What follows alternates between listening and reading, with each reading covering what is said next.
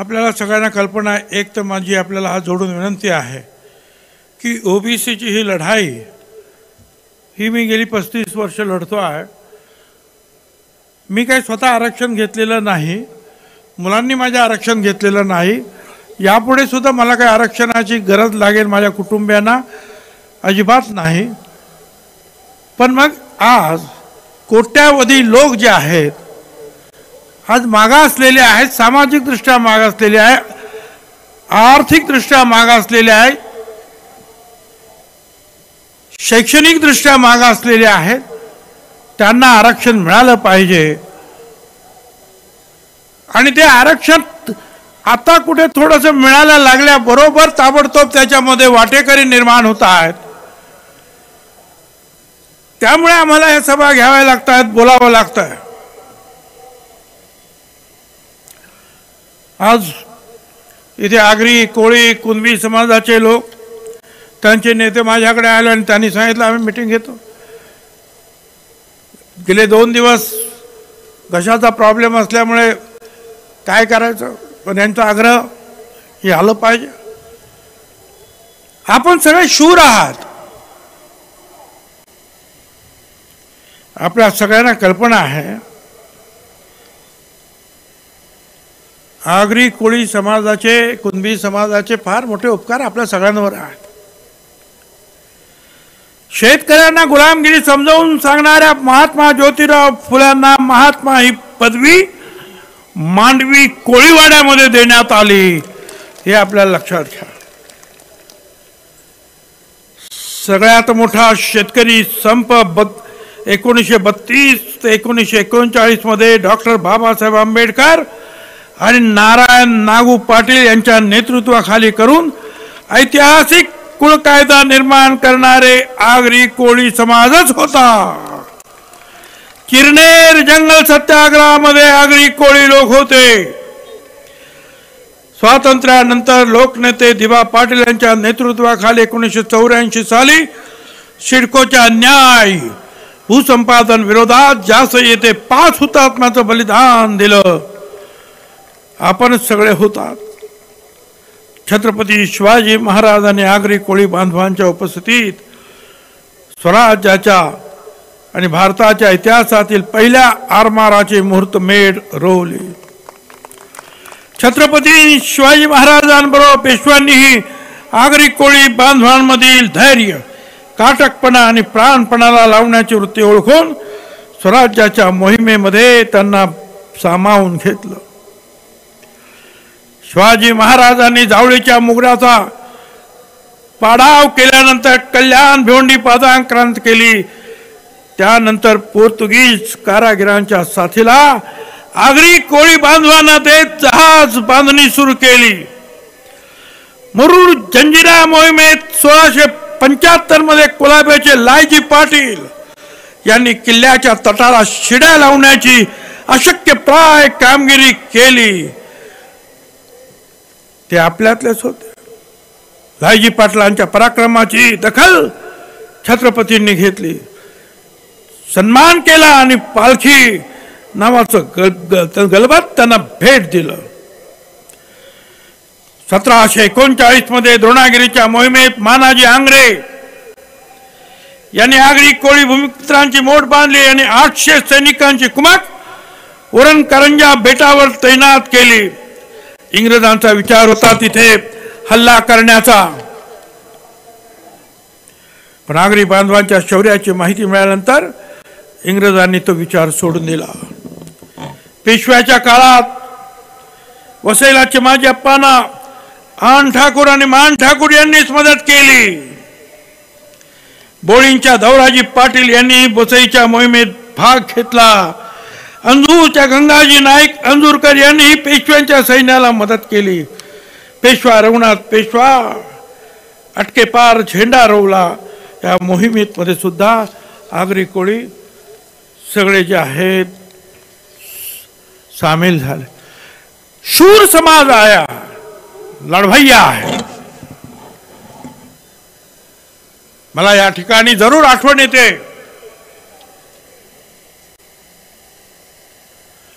ही जी लढाई सुरू झाली ॲडव्होकेट जनार्दन पाटील साहेब यांचं फार मोठं योगदान जे आहे मंडल आयोगाच्या या लढाईमध्ये होतं. त्यांची मला आज विशेष आठवण येते. आपण सगळ्यांनी लक्षात ठेवलं पाहिजे, मराठा समाजाला आमचा विरोध नाही. मराठा समाजाला आरक्षण द्या, वेगळं आरक्षण द्या. 2 वेळा कायदे केले, छगन भुजबळने हात वरती करून पाठिंबा दिला, वेगळं आरक्षण द्या. आमचा विरोध झुंडशाहीला आहे, दादागिरीला आहे, जाळपोळ करणाऱ्यांना आहे. या राज्यामध्ये अशांततेचं वातावरण निर्माण करणाऱ्याच्या विरुद्ध आम्ही आहोत. आमदाराची घरं जाळण्यात आली, त्यांना आमचा विरोध आहे. एक लक्षात घ्या, आरक्षण म्हणजे गरिबी हटवण्याचा कार्यक्रम नाही. आमच्या दलित समाजाला 75 वर्ष आरक्षण मिळालेलं आहे. SP झाले, कलेक्टर झाले, डॉक्टर, इंजिनियर झाले, पण आजही झोपडपट्ट्यांमध्ये आज आमचा दलित समाज राहतो आहे. हा गरिबी हटवण्याचा कार्यक्रम नाही, मागास असलेल्या समाजांना प्रतिनिधित्व देण्याचा हा कार्यक्रम आहे. म्हणून आपल्याला मला विनंती करायची आहे, फार मोठ्या अडचणीमध्ये आता आपण सापडायला लागलो. एकीकडे ते बाळासाहेब सराटे मुंबईच्या हायकोर्टामध्ये केस लावून बसलेत. त्यांचं म्हणणं असं आहे की हे सगळे जे ओबीसी त्यांना आरक्षण दिलं ते गैरकानूनी आहे, बेकायदेशीर आहे, म्हणून त्यांना ओबीसीच्या बाहेर काढा. आणि दुसरीकडे इकडे आरक्षण आम्हाला मराठा समाजाला ओबीसी मध्येच पाहिजे म्हणून अट्टाहास चालला. म्हणजे आम्हाला सगळ्यांना बाहेर काढायचं आहे. हायकोर्टाच्या माध्यमातून बाळासाहेब सराटेची केस, आणि इकडे मात्र जे आहे त्यांना सगळ्यांना आरक्षण पाहिजे. काय धंदा आहे, काय चाललाय? आपण सगळ्यांनी शांत राहणार का? काय करायचं? अहो 374 जाती आहे, अलुतेदार बलुतेदार लहान लहान समाज याच्यामध्ये आहे. त्या सगळ्यांचं तुम्ही काढून घेणार आणि तुम्ही कुणबी या नावाखाली, जे अगोदरचे कुणबी आम्हाला मान्य आहे, पण आता कुणबी म्हणून सर्रास न्यायमूर्ती शिंदे सगळीकडे फिरतायत आणि धनाधन धनाधन धनाधन खोटे जे आहेत दाखले दिले जात आहेत. मराठा समाजाला द्या ना तुम्ही, मराठा समाज सुद्धा गरीब आहे. पण एक लक्षात ठेवा, ओबीसी विद्यार्थ्यांना अर्धी फी आहे, मराठा समाजाला सुद्धा विद्यार्थ्यांना अर्धी फी आहे. सारथी मार्फत 46,000 विद्यार्थ्यांना 172 कोटी रुपये वितरित करण्यात आले. अण्णासाहेब पाटील आर्थिक विकास महामंडळाने 70,000 लाभार्थ्यांना 5,160 कोटी रुपये मंजूर केले.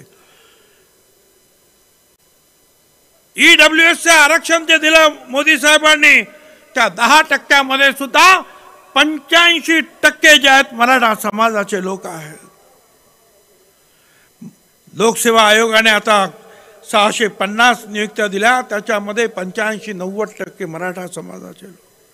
छत्रपती शाहू महाराज शिक्षण शुल्क, शिष्यवृत्ती, पंजाबराव देशमुख वसतिगृह निर्वाह भत्ता 10,554 कोटी रुपये देण्यात आलेले आहेत. मला तुम्हाला एकच सांगायचं आहे, हे अजून ओबीसीला 1,000 कोटी रुपये सुद्धा मिळालेले नाहीत ओबीसी महामंडळांना. इथे आपण पाहतोय 10,500 कोटी रुपये मिळाले. वसतिगृह त्यांना मिळाले, 1 रुपया भावाने त्यांना जागा दिल्या जात आहेत. 1,850 कोटी रुपये मंजूर झालेले आहेत. आम्हाला एक महाज्योतीला जागा देण्यासाठी सांगतात 28 कोटी रुपये भरा आणि मग महाज्योतीचं कार्यालय तिकडे सुरू करा. हा भेदभाव जो आहे हे आम्हाला मंजूर नाही. धनगर समाजाला सुद्धा 1,000 कोटीच्या योजना तुम्ही सांगितल्या अजून मिळाल्या नाही. द्या तुम्ही त्यांना. अण्णासाहेब पाटील महामंडळा 1000 कोटी आहेत. ओबीसी महामंडळाचं भाग भांडवल 150 कोटी आहेत. वसंतराव नाईक महामंडळ 100 कोटी भांडवल. वाढवा ना त्यांना. तुम्ही त्यांना द्या, आम्हाला सुद्धा द्या, एवढंच आमचं म्हणणं आहे. आणि आज माझ्याकडे जो रिपोर्ट आहे हा गायकवाड रिपोर्ट जो सुप्रीम कोर्टामध्ये चॅलेंज केला गेला, त्याच्यामध्ये सुद्धा हेच सांगण्यात आलं की लोकसेवा आयोगामध्ये ज्या नोकऱ्या मिळाल्या त्याच्यामध्ये ए ग्रेडमध्ये 33% मराठा आहेत, बी ग्रेडमध्ये 29% आहे, सी ग्रेडमध्ये 38% आहे, डी ग्रेडमध्ये 36% केवळ मराठा समाज आला. पुढचं टेबल त्यांचं असं आहे की जे कलेक्टर आहेत, IPS आहेत, 16% मराठा IAS आहेत, 28% IPS मराठा आहेत, 18% IF मराठा आहेत.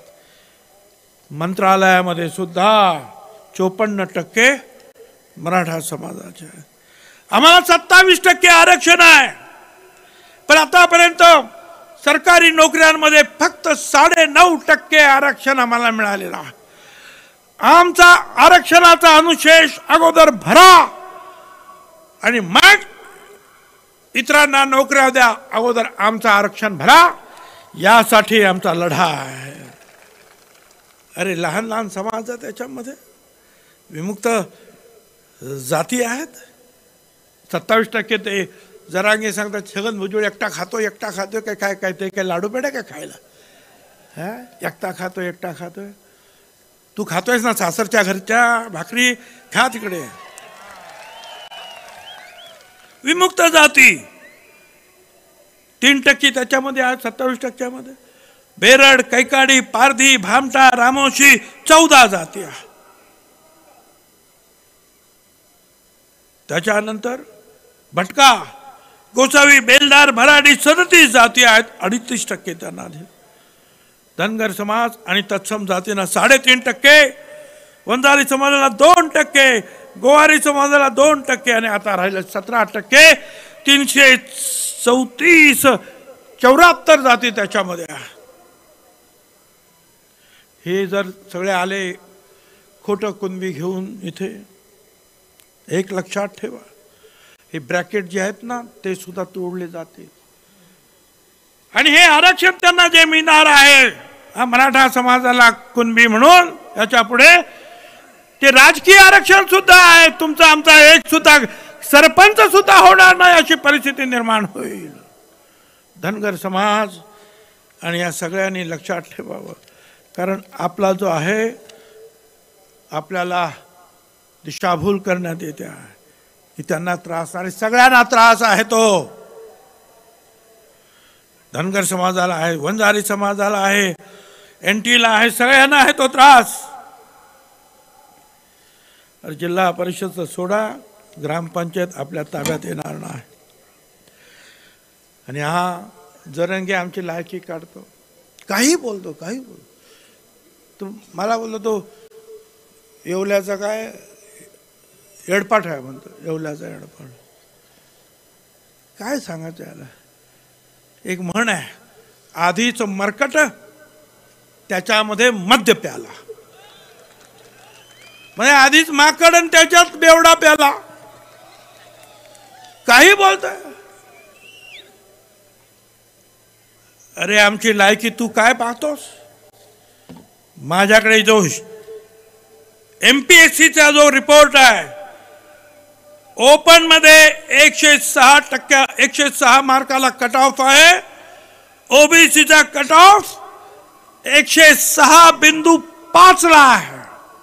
ओबीसी 0.5 ने पुढे आहात.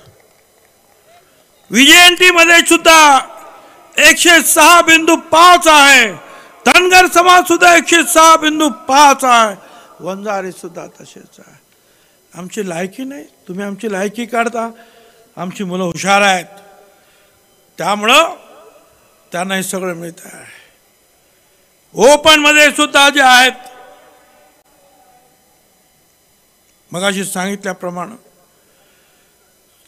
सगळ्यांच्या बरोबर त्यांच्यापेक्षा जास्त ओबीसीची जी मुलं जे आहेत हुशार आहेत. पण आजकाल काय चाललंय, छत्रपती शिवाजी महाराजांचं नाव घ्यायचं, जय शिवाजी जय भवानी म्हणायचं, तुमचं आमचं नातं काय, जय जिजाऊ जय शिवराय, आणि आमच्यावर हल्ले करायचे. अरे छत्रपती शिवाजी महाराज जे लढले त्यांचा इतिहास मराठा सैनिक म्हणून लिहिला जात नाही. छत्रपतींचा इतिहास मावळे घेऊन ते लढले असा लिहिला जातो, लक्षात ठेवा. आणि ते मावळे आम्ही लोक आहोत.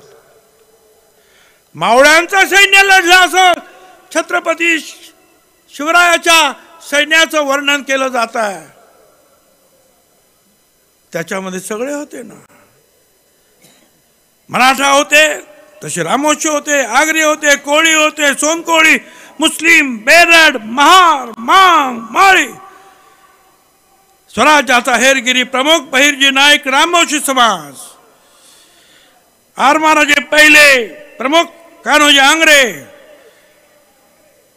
मुघलांच्या ताब्यात रायगड असताना चाल करून जाणारा सर्जेराव, मांग, मातंग समाज, व्यवसायाने न्हावी असलेला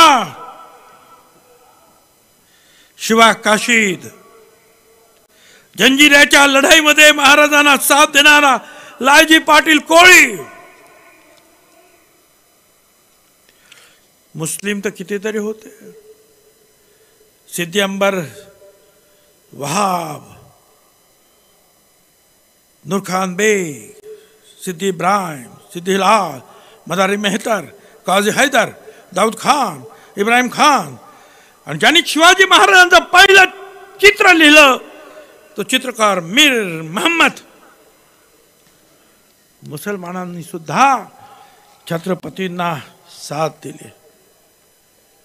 आमचं म्हणणं एवढंच आहे, मगाशी सांगितलं, जे सारथीला दिलं ते महाज्योतीला द्या, ओबीसीचा रिक्त पदाचा अनुशेष भरा. आणि ते जे म्हणतात ना की आम्ही 6 कोटी आहोत, कुठून आणले रे 6 कोटी? अरे 54% तर ओबीसी आहेत. बिहारमध्ये 63% निघाले, 54% आम्ही आहोत, 20% दलित आणि आदिवासी, 74% तेच झाले, 3% तर ब्राह्मण समजा, 74 आणि 3 77% तर हेच झाले. त्याच्यानंतर आणखीन जैन आहेत, अमुक आहेत, तमुक आहेत.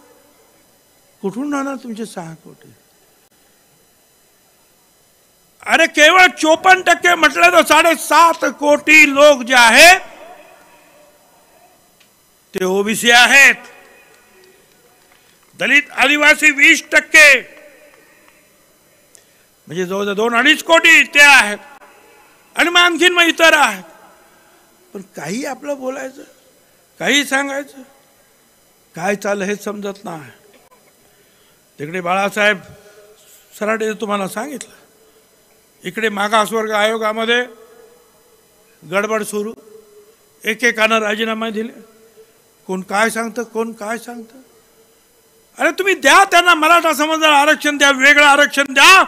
आणि मागच्या 2 महिन्यामध्ये जेवढे कुणबी म्हणून त्यांनी सर्टिफिकेट घेतली ना, त्यांना त्या मराठा आरक्षणामध्ये त्याच्यामध्ये त्यांना टाका, आमच्यातून त्यांना बाहेर काढा, द्या त्यांना आरक्षण, आम्ही कुठे नाही म्हणतो. पण मग जे खोटी सर्टिफिकेट घेतलेत त्यांना बाजूला काढा. त्यामध्ये जे आहेत विधानसभा सुरू होते, देवेंद्र फडणवीस यांनी सांगितलं 80 पोलीस, महिला पोलीस जखमी करण्यात आल्या. त्याच्यानंतर मग लाठी हल्ला झाला. सुरुवातीला ते बाहेर आलं असतं तर त्याला, ह्या जरंगेला एवढी जी आहे सहानुभूती मिळाली नसते. आणि आज दादागिरी एवढी वाढली आहे, गावबंदी, याला गावबंदी, त्याला गावबंदी, त्याला गावबंदी. संविधानाचा कलम 19 सांगताय की कुणालाही तुम्हाला गावबंदी करता येणार नाही, प्रचार करता येईल, जाता येईल, राहता येईल, घर बांधता येईल, नोकरी करता येईल. आणि असं कोणी हातात घेतला कायदा तर 1 महिन्याची सजा. पण आम्हाला गाव बंदी आणि काही लोकांना तर घनसावंगीमध्ये बोर्ड लागले, सगळ्यांना गाव बंदी, आणि रोहित पवार याचं स्वागत, आणि रोहित पवारची तिथे मीटिंग होते आणि त्याच्यामध्ये कोणी काय बोललं तर दुसऱ्या दिवशी तो मुलगा जो आहे हॉस्पिटलमध्ये ॲडमिट होतो. म्हणजे गाव बंदी फक्त बाकी सगळ्यांना, विशिष्ट लोकांना गाव बंदी नाही. मराठा समाजाला मला सांगायचं आहे, आमची एक शिवकन्या तेजस्विनी ताई चव्हाण निघाल्या, त्यांनी सांगितलं आम्हाला मराठा म्हणून आरक्षण द्या, कुणबी म्हणून आरक्षण नको. पण आज अनेकांची भाषणं आम्ही ऐकतो, सगळे आमदार सगळे सांगतात शांतता भंग करू नका. काय आम्ही शांतता भंग केला का? आम्ही एक दगड मारला, कोणाची जाळपोळ केली? मरता मरता वाचलीत बायका पोरं, पेट्रोल बॉम्ब त्यांच्यावर टाकण्यात आले, धडाधड आगी लागलं. आपल्या सगळ्यांनी ते पाहिलं. मी आता परत त्याचा मी उल्लेख करू इच्छित नाही. लोक घाबरले आणि सगळे बोलतात की असं करा तसं करा, शांतता बिघडून. त्या सगळ्यांना मला सांगायचं, लोकप्रतिनिधींना माझी विनंती आहे, जा आणि त्या जरंगेला सांगा, बाबा ओबीसी आरक्षणातून वाटा मागणं चूक आहे, जाळपोळ करणं चूक आहे, जिवंत काडतूस बाळगणाऱ्याला, पिस्तूल बाळगण्याला त्याच्याबरोबर दोस्ती करणं चूक आहे, पोलिसांवर हल्ला करणं चूक आहे, आणि जर गुन्हेगारांना पकडलं तर गुन्हे मागे घ्या, दबाव टाकणं चूक आहे, गावबंदी करणं चूक आहे, अमुकच तारखेपर्यंत दिलं पाहिजे अशी बालिश मागणी करून शासनाला धमकी देणं चूक आहे. सरसकट कुणबी समाजाला कुणबी सर्टिफिकेट द्या आणि आरक्षण द्या, हे बोलणं चूक आहे. जा ना त्यांना सांगा. त्याऐवजी ते मलाच सांगतायत. हे आज काय चाललंय माझ्याकडे? सरळ कुणबी कुणबी कुणबी, सगळे 100% कुणबी, सुतार पण कुणबी, लोहार पण कुणबी, मराठा पण कुणबी, ब्राह्मण पण कुणबी. खोटी सर्टिफिकेट दिली जातात. हे सगळे माझ्याकडे हे आहे. गावबंदी केली जात आहे. सरपंचाला तिकडे तनपुरे आमचे मित्र हाऊसमध्ये म्हणाले असं काही झालंच नाही. ते बच्चू कडू साहेब म्हणतात की भुजबळ साहेब खोटं बोलतात. अरे या शेंडी गावामध्ये महिला सरपंचाला, ती केवळ आमच्या मीटिंगला आली म्हणून तिच्या बोर्डाला काळं फासलं आणि तिला गावबंदी केली. त्या भगिनीचे जे आहेत तिने आता व्हिडिओज व्हायरल केला की होय मला गावबंदी केली, मला शिव्या देण्यात आल्या. तुम्ही मला खोटं समजता? मी सांगितलं की नाही, निर्मळ पिंपरीमध्ये दलित समाजावर मतदान केलं नाही म्हणून जीवघेणा हल्ला झाला. तिथले ते म्हणतात की असं झालं नाही. अरे बघा ना, हे असंच झालेलं आहे. हुशार खोटं बोलतात. मला खोटं बोलण्याची सवय नाही. वर्तमानपत्र खोटं बोलू शकत नाहीत, टीव्हीवर बातम्या आल्या खोटं बोलू शकत नाहीत, स्वतःचे लोक बोलतात खोटं बोलणं शक्य नाहीत. रोज आम्हाला शिव्या घालतात. रोज शिव्यांचं जे आहे प्रचंड मोठं जे आहे बाडगंच आमच्याकडे रोज शिव्या. दादागिरी, एवढी दादागिरी की त्या जरंग्याची मीटिंग आहे जालनामध्ये म्हणून जालना परिषदेने, जिल्हा परिषदेने सुट्टीच जाहीर करून टाकली सगळ्यांना. अरे वा, पंतप्रधानांची मीटिंग असली तरी सुट्टी नाही आणि त्याची मीटिंग असली तर सुट्टी. काय चाललेलं आहे हे? असं जर चाललं तर मला असं वाटतं की ही लोकशाही नाही, ही फक्त दादागिरी आहे. आणि का, कशासाठी? गुन्हेगारांना पकडलं तर हा सांगतोय सोडा त्यांना, आमची लेकरं बाळ आहे. वा रे वा, लेकरं बाळ, लेकरं बाळ पिस्तूल घेऊन फिरून राहिले, लेकरं बाळ गोळ्या झाडून राहिले. काय लेकरं बाळ चाललंय? आम्ही हे करू ते करू ते करू. झुंडशाहीच्या विरुद्ध आम्ही आहोत ते यासाठी आहोत. पुन्हा मला सांगायचं आहे, जातगणना करा. दूध का दूध, पानी का पानी हो जाएगा. कळेल कोण किती आहे. तो आम्ही कमी आहे तर कमी घेऊ, पण जेव्हा आमची संख्या जास्त असेल तर आम्हाला त्या प्रमाणामध्ये आरक्षण आणि सर्व सुविधा मिळाल्या पाहिजेत, फंड्स मिळाले पाहिजेत. आता त्यांनी सांगितलं आरक्षण दिलं नाही तर आम्ही पुढची दिशा ठरवू, दादागिरी सुरू. आरक्षण मिळू द्या, भुजबळाचा कार्यक्रमच करतो. जरंगे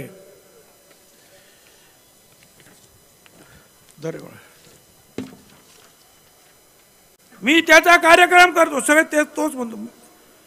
आरक्षण मिळाल्यानंतर त्याचा करेक्ट कार्यक्रम करू. आमच्या हातात दंडुके, सरकारला पायाखाली तुडू शकतो. जरंगे म्हणतोय वा रे वा, काय दादागिरी आहे. माझा कार्यक्रम करतो, मला बघतो. 24 डिसेंबरला नाशिकला भुजबळ नॉलेज सिटी आणि भुजबळ फार्म हाऊसवर या, बघा काय होत आहे. आमंत्रण दिलं जात आहे. वा रे वा जरंगे, काय तुझी हिंमत. काय बघणार आहे तुम्हाला. अरे तू तुझी तब्येत सांभाळ.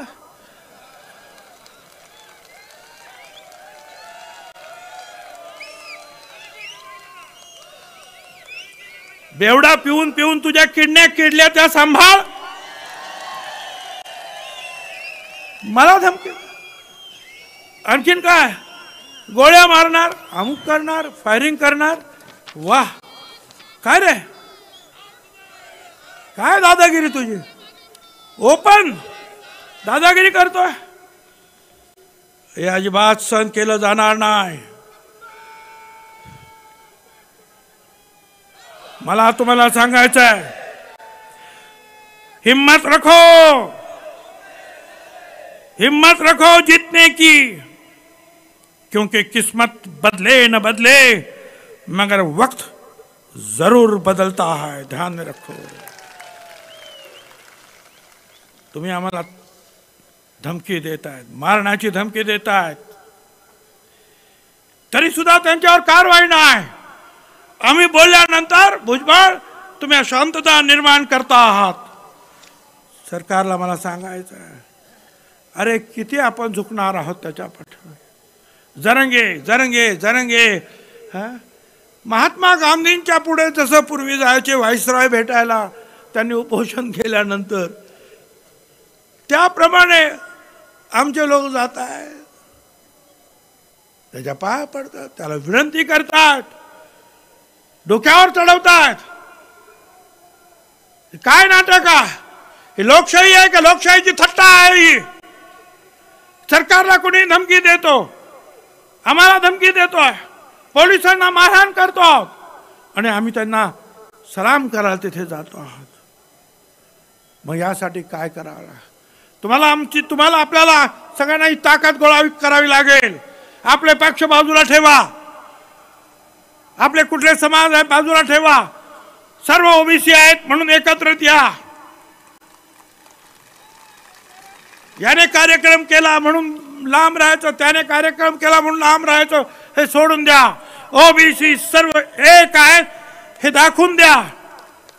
आज सगळे लोक त्याला सलाम करायला जातात, पण लक्षात ठेवा, मी तुम्हाला एकच सांगतो, खुदी को कर इतना बुलंद.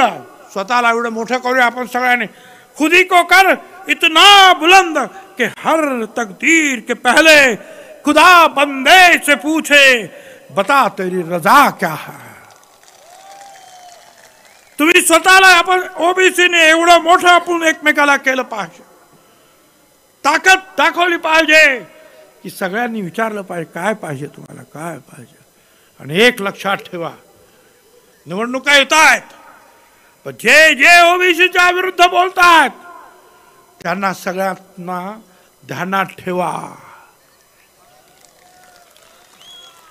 माझा कार्यक्रम कोण करेल की नाही हा भाग वेगळा, मी तर घाबरत नाही, मैं अजिबात घाबरत नहीं. जाको राखे साहिया मारी सके नहीं कोई, बाल न बाका करी सके जो जग भाई रोई. मैं डरता नहीं है, मैं नहीं डरता. पण एक लक्षात ठेवा, जे जे ओबीसीच्या विरुद्ध बोलतात त्यांचा मात्र कार्यक्रम पुढच्या निवडणुकीमध्ये केल्याशिवाय राहू नका, एवढं मग नक्की सांगा. मी अधिक न बोलता आपण सगळ्यांनी जी मेहनत घेतली दशरथ पाटलांपासून सगळ्यांनी, त्या सगळ्यांचे मी आभार मानतो. आणि यापुढे सुद्धा या मीटिंग आपण चालू ठेवल्या पाहिजेत. माझी वाट पाहू नका. ज्याला जमेल तिथे 1000, 500, 2000 ठिकठिकाणी जे आहेत साखळी उपोषणं सुरू करा. ठिकठिकाणी लहान लहान मोर्चे काढा, कॅन्डल मोर्चे काढा, गावागावातून प्रचार करा, जनजागरण करा, ओबीसीला जागा करा आणि लढाईला तयार करा. धन्यवाद. जय हिंद, जय महाराष्ट्र.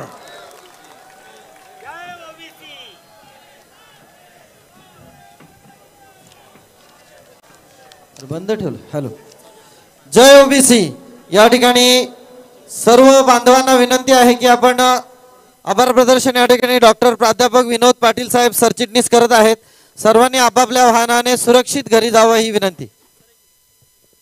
यापूर्वी काही सूचना आहेत.